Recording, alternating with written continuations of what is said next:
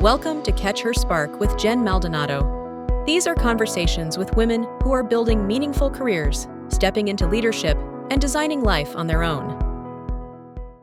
Oh my goodness. I have a question for you. What happens when the place that challenges you the most ends up being the place that prepares you for everything after? Our guest today spent around 7 years building her foundation in New York City's design industry, one of the most demanding creative markets in the world. And then she brought everything she learned there straight to Texas. So Laura Evans designs the room where the biggest decisions in business actually happen. Law firm boardrooms, executive suites, hotel lobbies, restaurants, spaces most of us walk through without ever once thinking about who built them on purpose. And guess what? She's licensed in 2 states. Her work has won back-to-back national design awards. This girl is badass.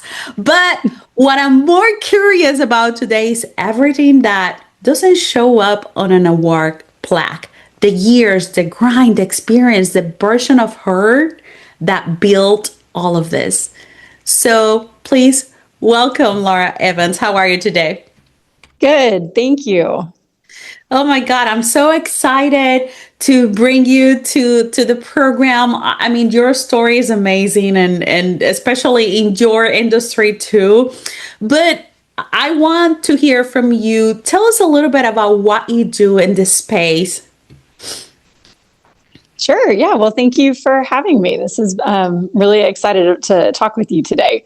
So what we do is we think of us as being the narrator for a company. We like to come in and get to know the people. We like to know the ethos and the culture, and then talk through of how that gets designed into the built environment. It is really important for us to understand everything from what the client, what their goals are, down to their cost and their budgets and the timeline, and just really their end goals, and then creating that in the end space. So, like you said, for office space, a hotel, a high-end retail, or a restaurant, a lot of those overlap and in certain ways in design elements, and just being able to put our finger on the pulse of what makes this client tick and bringing that to life. Wow. So you work with different industries, different companies, energy companies, hotels, and all of that. Very different personalities too, Laura. So I'm listening to this and I'm like, oh, so how do you figure out what a client actually needs versus what they say they want? That's a great question. Yes. Well, I think it really begins with those initial conversations. We have some design exercises that we will do for, say, a corporate law firm, where we meet with them and we talk through where they are now, both on a cultural standpoint and what their office space looks like, what's working, what's not working. We then talk through about where they want to go. So, and this is less about the look of a space and more just about what type of company do you want to be? What type of vibe do you want to give out? What kind of growth are you looking at doing? And a lot of companies have already done, their vision statements and their corporate challenges and their big goals. And so just talking through with them how they can achieve that by creating a space that will work for them. So if a client is, we're walking around their existing space and they're just talking about how they're outgrowing it, or they really need, everybody's out in this big open space and they need some head down space, then we'll, dial into the details there of what they're looking for to help figure out how that space is created. And then when it comes to something like a restaurant, that's very different because it's not about a culture of a company so much in the space as it is about the clients. And so we've gone so far as to create almost like a story behind an imaginary client, like what's their ideal clientele and where do those people just come from and where are they going and what kind of experience are they looking at having. and then how that can then be translated into the built environment. So I think so much of it is about just putting our finger on what is the story that the company is trying to create or the space is trying to achieve. Wow. Do you think that, I mean, what made you, and I'm listening to this, it sounds like you are really putting a lot of time in understanding what your client needs. What made your award-winning project different from the others? Was there something you knew while you were working or building them?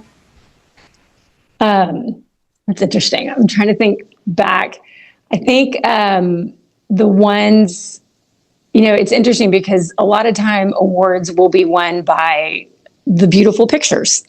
And so that, in essence, is kind of a driving factor behind a lot of awards. And so I think there's a lot of projects that we've worked on that may not be this, large space with this huge budget and a flashy, whole design. But in itself, there were design moments that really captured what the client was trying to do, or just the way the space was outlined or organized, where people could have, special collisions as they're moving throughout the space that have those elements of really making a space, maybe not necessarily winning awards, but making it just a really great space to be in. And I think about the projects that we have gotten recognition on, and I think there's always a story behind it. Mm-hmm. There is, in some ways, the client kind of letting go of the control of the design and trusting us with that. We've got one law firm that we did where the client, their design directive was, we want to design a space that intimidates the opposing counsel when they come to visit. And that was so much fun because we did that, and we created this very strong, contrasting space that was just very bold, and we pushed the client beyond their comfort zone. You can really feel that, like when we say that and we show that the image, people are like, "Yep, I see that." And so the client, they put a lot of trust in us in creating a beautiful space, and they gave us a long rope to be able to do that and bring some interesting ideas to the table. Wow, that sounds fun, actually. Like, yeah, like how it changes and how you think about something when you go from probably designing one room to see how an entire firm designs everything, correct? Like the entire thing. I love it in making their values and their purpose into the office. That's very unique. I can see that how it can be not only fun, but also how it can really appeal to the person receiving that gift of the design, right? Because that's something for me. It's overwhelming. I love construction numbers. When it comes to design, I'm like, oh, this is overwhelming. But it's a lot. And I have a team. I'm an architect. That's my license and that's my background and my training. But I've been on the interior side for the majority of my career, and I work with some amazing interior designers. And they will pull these palettes together and these design ideas together. And it is just incredible to see what they come out with. And some of the times I'm looking at it and I'm like, are we sure this is going to work together? And my job, especially now that I'm higher up is just keeping everything moving forward. And so it's just really fun to see those palettes come together and those design ideas really take shape in the field. Yes, I mean, I can see that. I feel the same when designers start putting together. It's like, I don't know how this is going to look. I just going to trust the process, but I'm freaking out all the time. Yeah. Yes, but I love the fact that you are bringing into the design a feeling for the person visiting the office or a feeling for the people in the office. And I think that's so critical. I think people forget that colors design goes beyond just a building. It's about creating an experience, and that changes a lot when you even building the relationship in an office space. So I love that. Now, Definitely. how do you end it in this line of work? How do you end a project? No, how do you end up becoming an architect? Is Oh, that how did I end something? up? Yes. Oh, yeah.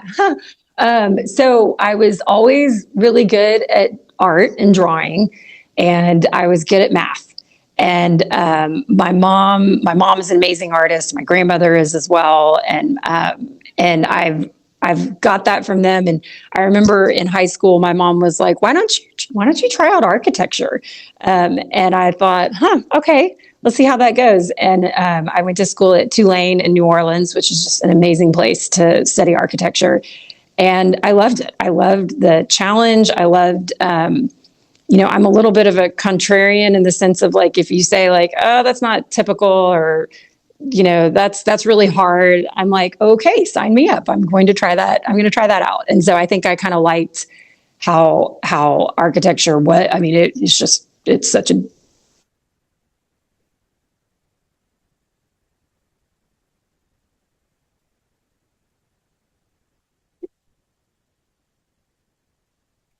Laura, did we lost you?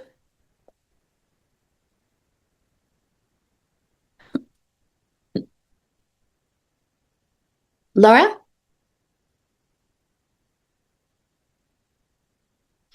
Okay, now you're back. There you go. Oh, are you there?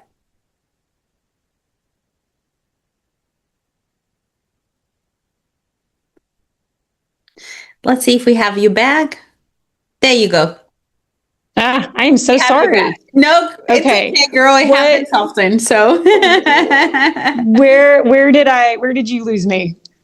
you were talking about your mama and your grandma that were really good, and you went to a city. I'm sorry, I forgot the name of the city. Oh, Um, so I went to, oh gosh, there you go. You're good. there we are. Okay. I went to school at Tulane in New Orleans, That one. and that is an amazing city to study architecture in. And I I think I'm a little bit of a contrarian in the sense that if someone tells me something's really hard or that's not typical, then I tend to be like, all right, that's where I'm going to go. I'm going to go try that out. And so I felt like architecture was a big challenge, and I really enjoyed it. And I think I enjoyed studying architecture, and I enjoyed learning just new ways of thinking about design. And but then I also just really enjoyed the challenge of it. Yes. I mean, what I have found out about most successful women is that they tend to challenge the status quo. Don't tell me what I can do because I will show you how it's done. And Yes. it's a pattern and I love it. And it's like, please challenge us, tell us more. And I have gone through certain stories like that when someone is like, I don't think this is for you. Yeah, so I'm gonna become an engineer. I don't think this is for you. Fine, I'm gonna start raising millions of dollars. It's fine. Like challenge me and I will show you how it's done. And I noticed that pattern in every woman I have talked to and that they're successful. Now, I have a question for you in regards to that.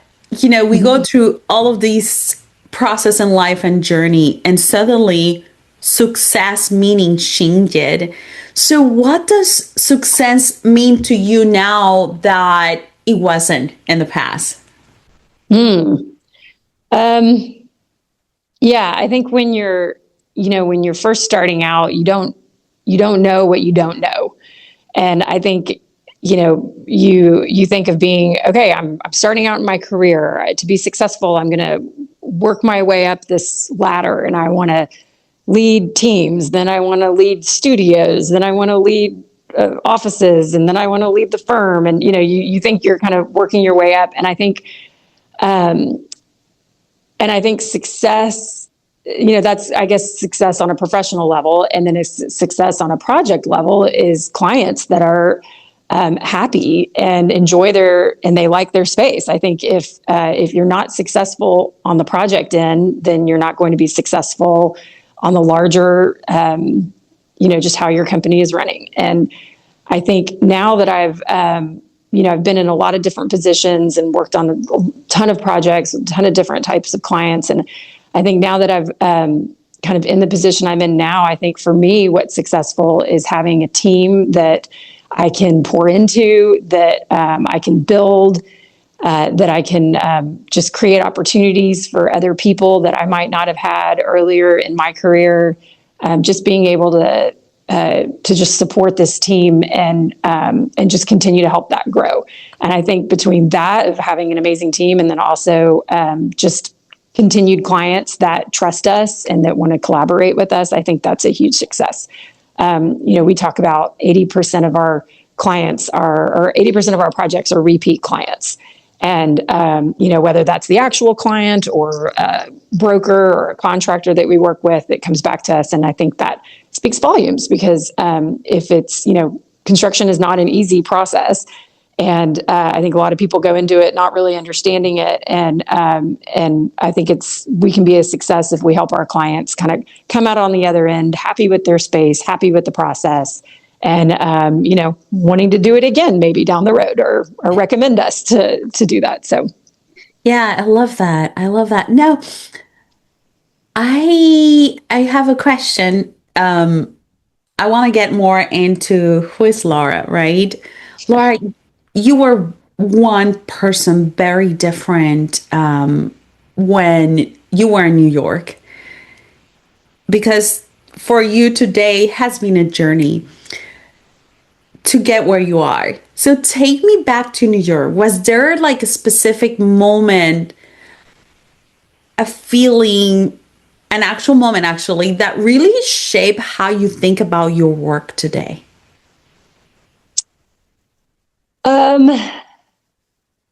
Yeah, I can think of a very specific moment.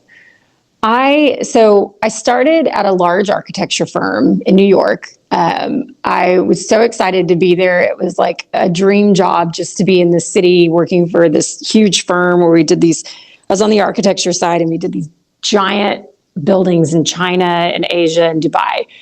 And I was very low on the totem pole. I was right out of school and my job was basically just pulling presentations together and, doctoring drawings to get them to presentations for the lead partners. And because I was a female and there were so many men on the architecture side, on the other side of the floor was the interior design team, and they were mostly females. And I got to know them because they were other women my age, and they invited me to their lunches. And I was like, well, I'm an architect. I'm not specifying this. They're like, doesn't matter. Just come on, just come hang out with us. So I got to know all the group of interior designers on the other side of the floor. They were working on totally different types of projects, completely different team of people. I think the firm was structured differently, even financially, where they were a different group. And after a couple of years, this would have been, I started in 2000. So it was like, in 2002, 2002 or 3, I started seeing the architecture work kind of slow down. But in the meantime, the interior work was building up. And because I knew everyone over there, they would come to me and ask me these questions about like, hey, we want to hang this crazy thing in this elevator or in this hotel lobby. How do we do this? And so I'd help them work through that. And so over time, I started helping them more on projects. And then what started happening is people started getting laid off on the architecture side, and I kind of moved myself onto the interior side. So I ended up with a whole nother year and a half on the interior side, and that's how I ended up on the interior side. Now, that being said, I ended up getting laid off eventually as well, and that's a whole nother lesson learned in that. But I think what I learned from that was that it's your movement and your pathway. It's not what you start out thinking it's going to be. You ask any doctor or lawyer or contractor or whatever, you might start in a career thinking you're going to do this. And because of who you meet or opportunities that open up or doors that shut, you kind of end up in this other path. And, you pick your head up 30 or 40 years later and it's like, wow, I never would have imagined that for myself, because you don't know that path even exists when you start out. And so I think I learned a lot about just staying open to who connections make a huge difference in your path and growth. how you connect with people that are higher up from you, that are on different levels than you, or the same level but in a different area, that you never really know where those new opportunities are going to come from.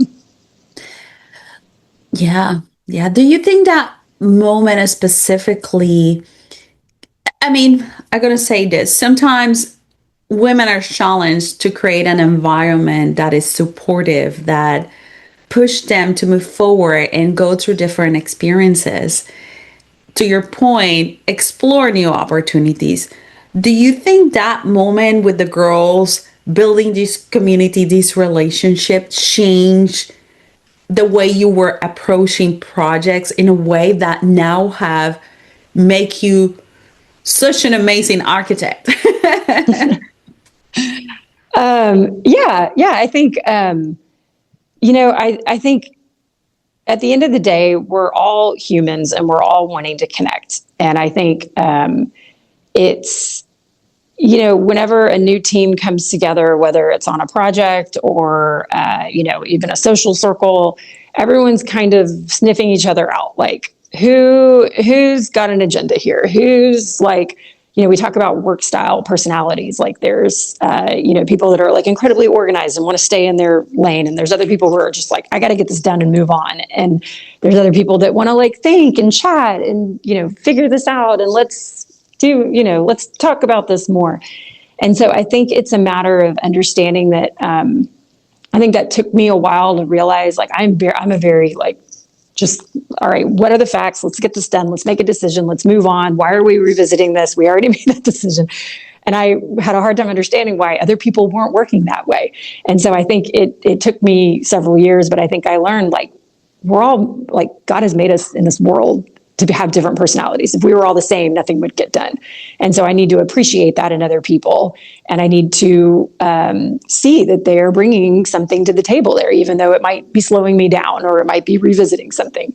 And I think as women, we naturally, want to chat, like get to know the team more and talk more. I feel like I've done a really great job as I've gotten more advanced in my career of just stepping back and listening and just trying to see, like, okay, what is it that's really happening here? Like, ooh, those two people didn't understand each other. Let me step back and let me rephrase that question and let me, quarterback this differently. And I think that's served me well. Yeah, it's just stepping back and listening and understanding that everybody's got something different that they're bringing to the table. Yes. I mean, isn't it lessening great, all the things that you learn? Yeah. And it doesn't stick unless you go through it and really learn it. Yes. Yes. I think that if we practice more lessening, we will figure more things out, real lessening without judging the conversations, right? Trying to understand where they're coming from, especially in the difficult times where important decisions needs to be made. So, Laura, do you think the version of yourself that was in New York is different than the version in Texas? Yes. Ooh, that's going to be fun. Okay, tell me about it. Well, I think, and it's not so much that I left New York. I think, between New York and now, I've had 3 kids. I've moved cities because, we first moved to Houston and then we moved to Austin. And so I think it's just life, but I think I have chilled out a lot. I think New York is just, New York is just such a high energy, just always something going on, always something happening. And I think I was so eager in just the start of my career of like, what can I learn? What can I take on? Where do I go? What do I do next?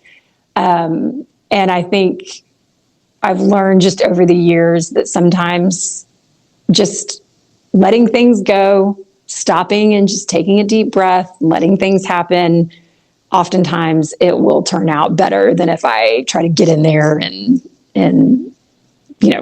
just get in there and do it or figure it out or try to push it along quicker than it needs to. So I think, I think I'm definitely a different person. And I think it was just I think if I had not even started in New York and started, in some small town or something, I think I would probably still be a different person and just learn that lesson. But New York probably heightened the sense of urgency on everything. Yes, I can imagine. It's intense. New York is intense. So, um, Laura version of New York come here to Texas, and she also have many other things to manage. Family, she becomes a leader, she becomes an example, she start making the decisions that in the past she was observing. What are some of your key success factor that you would love to share with the women listening this podcast? Key success factors Yes. on, I guess, on what? On just developing your career? Or Life, career, whichever you want to share, because I think we okay. struggle with all of them, and there's a version of ourselves that transform personally, professionally. Yes. Okay. I think what I learned is that you can't be everything at all times. And there's no such thing as having it all. And someone years ago outlined, maybe I read it somewhere, that there are phases of our life and there's a time and place for everything. And there were many years that I took off when my kids where I did not work when my kids were young. And there's been many years where I've worked full time, and sometimes I don't even see my kids because they're out the door at whatever by the time I get home. And I think especially when kids are younger, it's very time consuming. I was actually just talking about that with another one of our senior designers this morning, is that there's a time and place for everything in our life of, whether it's years where you might be working or not working, but then also just within your day. If you try to be, if you're trying to be mom and dealing with family stuff while you're at work, or you're trying to do work when you're at home, you end up doing you do a partial job of both, and neither one of them doing well. And so, so I've learned I have to just turn things off, turn the computer off, leave it at the office, or if I'm working from home, just shut the computer, literally put it away. And just as I think about things, just write it on a piece of note and put it away. And then that way I can force myself to nope, this is my family time and I've got to focus on that. And having grace and flexibility, sometimes you've got to turn the computer on at 9:00 when everyone's in bed and just knock out that document because it needs to get done. Or sometimes you just got to take that day off because you worked so much the week before and you just need that break. And so I think having grace for yourself that it's not always going to look perfect. Don't be afraid to accept help. I think women and just everybody is very quick to be like, oh, well, I'll just hire someone to help me with that, or I'll outsource that, or, but if somebody comes along and be like, hey, let me watch your kids for the afternoon. You look like you need a break. Or I'm drowning here. Can someone please help me? Don't be afraid to ask for help. And that's not a sign of weakness. Yeah. Yes, I mean, I love what you said. It's pretty much asking for help and accepting that help and give, right? From other people, especially for women. I mean, sometimes we can be restless, and because of all the things that we have to manage at the same time, and it's so important to allow ourselves a space to be in our body and our spirit in our head space to recover. So with that being said too, I have a question for you too, because what I have noticed as a pattern, I mean, with a lot of successful women in other industries and you in your industries, we spend a lot of time in where success is built. And that success has clearly come with real intensity, long hours, high stakes, every project basically tied to your personally showing up and delivering. So I'm curious, has there been a point where you start thinking past the work itself? Not how do I land the next Lockton or the next law firm built out, but how do I build something on the side that it will work for me? From investments, real estate, stocks, something that keeps growing even on the days I'm in a client meeting and can't think about it at all. So has that conversation started for you, Laura? I apologize. I had a phone call coming in and it cut out right in the middle of your question. So I No heard, worries, that happens. okay. So it sounds like you were asking, is there things outside of work that, Yeah. Yes, like normally when we're successful in what we do, we spend a lot of hours working, right? Working for what we're supposed to do. And I'm curious because there's a point when you start thinking past the work itself, where you want something to continue maybe to generate income for you or building, right, without you having to be involved. From investments, real estate, stocks, something that keeps growing on the dates, like I'm in a client meeting and can't think about it at all. Have that conversation started for you yet? about like, you're asking like on a financial level outside of Yes, like yes, just correct. like outside of my paycheck, Yeah, building wealth. Let's call it that way. building wealth. Yeah. Sure. Yeah. My father was very, I used to joke that the way I would connect with my dad is to ask him about the stock market and football, because those were his passions. And he had three girls, and I just, I know it was probably very challenging. And so I learned early on that, exactly like you were saying, that you need to have something outside of just your paycheck to continue to generate wealth. So yeah, certainly we've,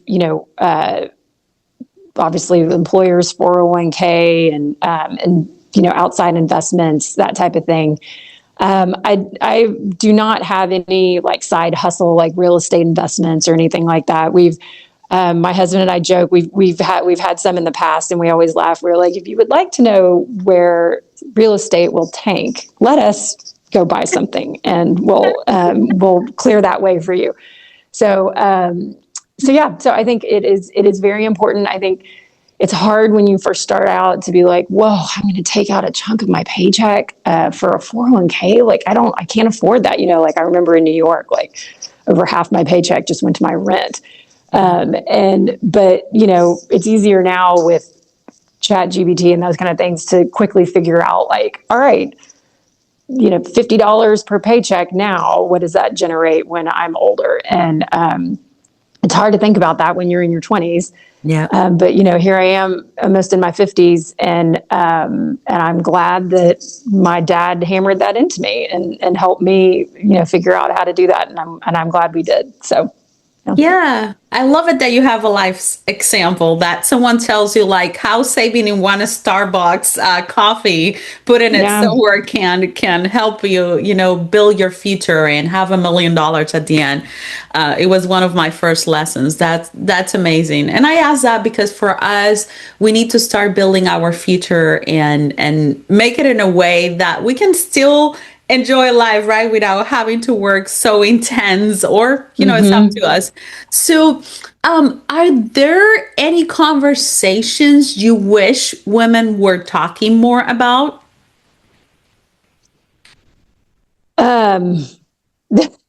I think women talk a lot. All right. We love that. I know. I don't. So that's interesting. I don't think there are any conversations that aren't being had. I think if anything, we maybe need to pull back and get outside of our echo chambers a little bit. I think it's very quick. Like, I'm trying to think of an example of like, if, you get dismissed in a meeting over something, or someone doesn't hear what you say, or they discredit what you're saying, it's very quick to be like, wow, I was just sitting at a table full of men, and of course they weren't listening to me. And I think that can be really dangerous because maybe that could be the case, but I don't think that's fair to men.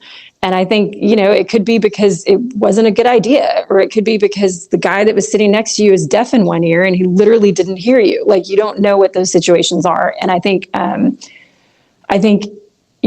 starting my career in 2000, I'm, standing on the shoulders of the giants that came before me, of women paving the way, but there was still a lot of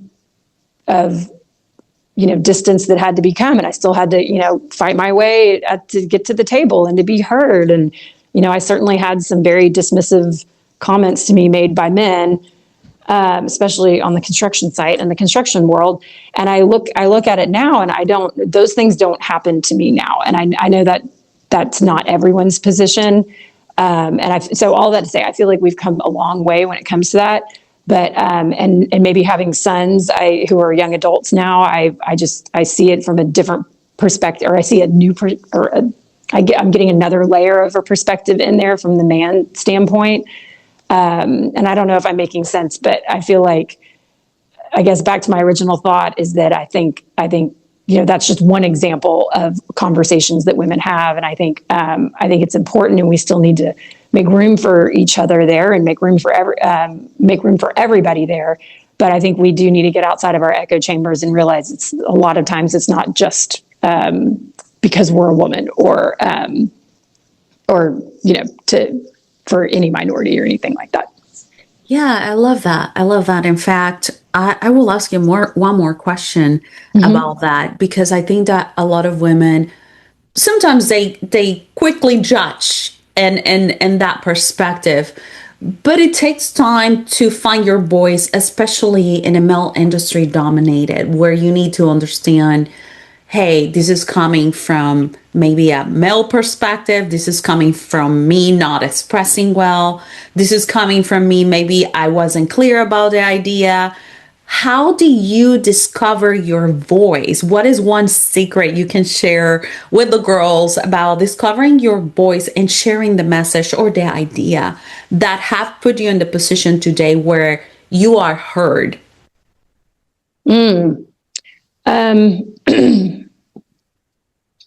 Discovering my voice. Yeah. Besides listening, because I think that's really critical. Understanding, right? If you don't understand how people operate and you don't listen, it will be very hard for you to deliver a message that resonates. But what would be another tip? I think often as women, we might hold back on everything from saying something at a meeting, or putting your hand up to volunteer for a job, or asking for a promotion, or taking a different role. I think we're hesitant to do that because we think, well, I don't know how to do this yet, or I don't know if that's the right answer for sure, so I'm not going to say anything. And I think there is the flip side of that, of taking on everything and saying whatever comes to your mind, which I don't think is good. But I think there's an in-between stage there. And I think what I learned after several years of working is that I can say, I don't know the answer to that, but I can find out.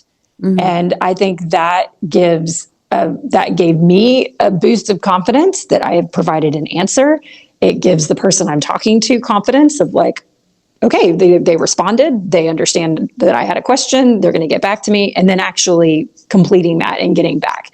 And I think by following through, continuing to show up every day, continuing to just show up and do the work, I think you earn that right to be heard.